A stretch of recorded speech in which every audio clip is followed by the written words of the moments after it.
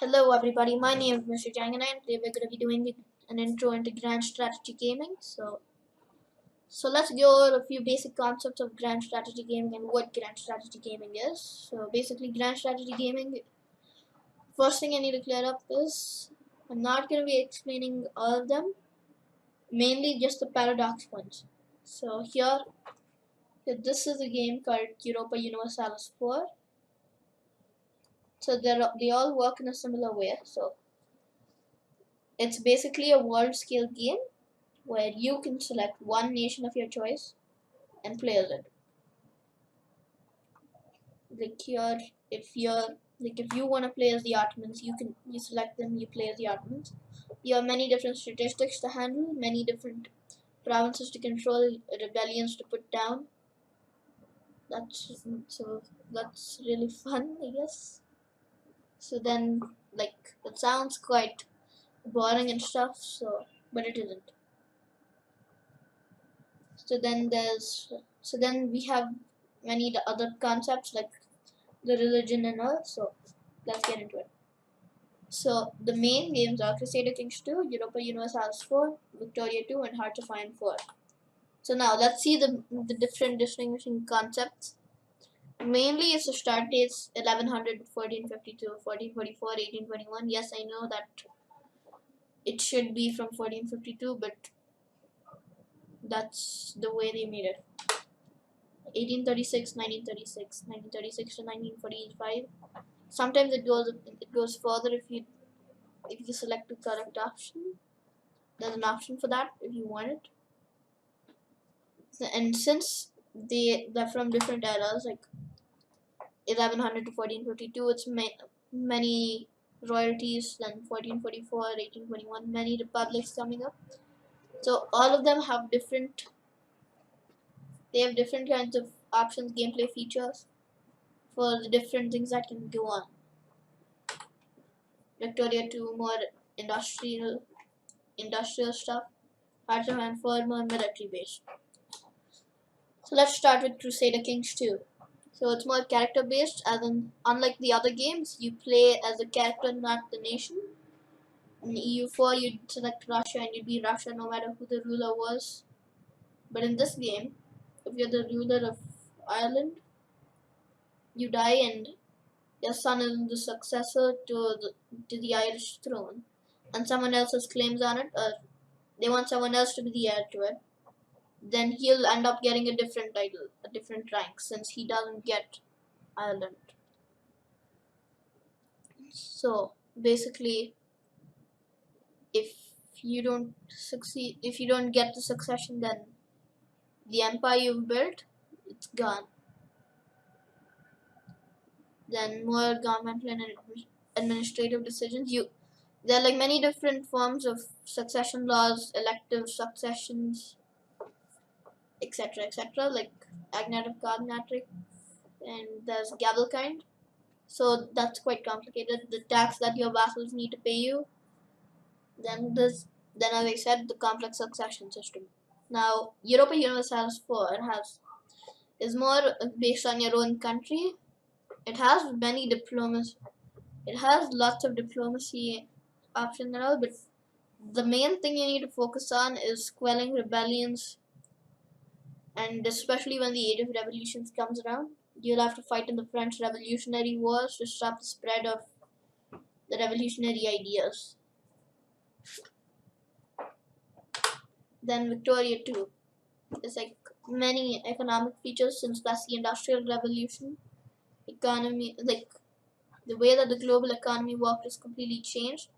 All these games have economies, but basic levels of it. But Victoria 2 is the only one to simulate a real-time global trade economy. So you can build factories in different areas and all. We'll get more in depth into that when we make more tutorials. I'll be making individual tutorials on each of these. For the more complex features of each game, there might even be individual tutorials on those themselves. So then there's basic colonialism. Unlike EU4, which also has a colonial system, but it's much more complicated. You need to get the natives out. You need to make sure there are no revolts. Sometimes the natives rebel against you and they start, and you can even lose your entire colony and you'll have to start all over again. But Victoria too, with the with the DLCs, yes, one major thing I need to tell you guys is without the DLCs, it's not that good. Yeah, I know. 2010 Paradox. You can't do anything about them. So the thing is, so if you have the Heart of Darkness DLC, then the colonialism works in different ways. Otherwise, it's just send a colonist and done. Now it has complex decisions and events to to build the Suez Canal, the Panama Canal, the Kiel Canal. I think. So you have all those. Also, you have things like getting the road boom to happen. Many different events, and then you also have things the different diseases coming in. Sometimes you have to decide whether you need to quarantine them or just let it break out. Either way, one way you lose money, one way you lose population, you lose your workforce and everything. So that's one thing you get. Now we have Hearts of Iron 4. It's set in World War II. So you have complex military battle plans, stats for generals and field marshals, focus parts and alternate parts, basic war economy and equipment production systems. So basically, what it means is so when you have so instead of just having your basic troops, you select them, you put them into an army group, and then you set your military battle plan, like go to the Polish border. Once you're on the Polish border, then you can tell it to go into Poland, or maybe just or maybe just hold the front line. So basically, like that. Then start for generals and field marshals. Whatever you can set generals to them, they have different stats. So if you're trying to invade Britain with paratroopers, then someone who's better at planning would be better than someone who's better at aggressive attack. You could reassign it once you're done invading them, or you could have a second army group to go in once you've captured a port. And then basic war economy and equipment production systems. So basically what it does is you can have civilian factories which will help you will help you make new factories like military factories which make your equipment. So the troops that aren't equipped properly are more likely to lose against even a smaller army. Focus paths and alternate paths. You have focus trees based on prerequisites, like the previous focus and stuff. You'll be able to get different perks. You could get different things to happen, like instead of declaring war on Austria by justifying and all, you could do the Anschluss focus in Germany after getting an army that's large enough, because that's one of the prerequisites. Yes, it's Austria, but it's supposed to be based on history, and I guess that's what they wanted. And wartime mechanics, like suing for peace, nice peace deals like splitting Germany in east and west.